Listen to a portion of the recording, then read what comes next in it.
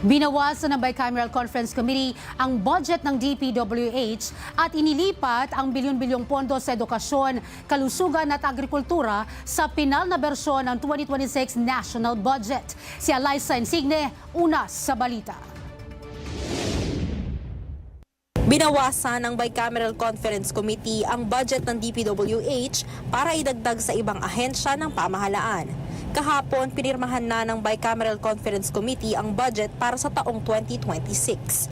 Kaugnay nito, binigyan nila ng mas mataas na budget ang tatlong pinakamahalagang sektor: edukasyon, kalusugan at agrikultura. Ang budget na idinagdag sa DepEd, DOH at DA ay galing sa budget na ibinawas sa DPWH kaugnay sa mga kaso ng korupsyon dito.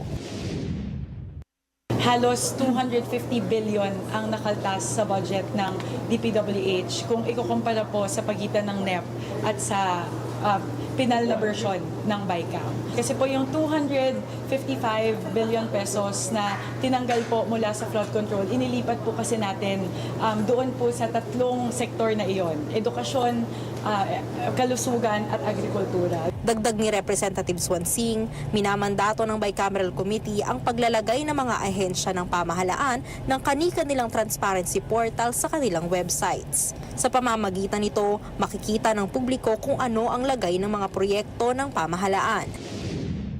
Minamandato po natin o inuutusan po natin lahat ng mga ahensya ng gobyerno tulad po ng DPWH, ng DA, ng DepEd at ng DOH para po sa FMR, sa HFEP, para sa mga classrooms at iba pang mga infrastructure projects na ilagay po sa kanya-kanya nilang mga websites yung transparency portal. So meron po dong project monitoring, project status, nandun na po kung na-bid, magkano na-bid, sino yung contractor, ano yung actual status ng implementasyon ng mga proyekto. Ngayong araw, nakatakda ang ratifikasyon ng General Appropriations Bill para sa 2026 budget sa Senado at Kongreso.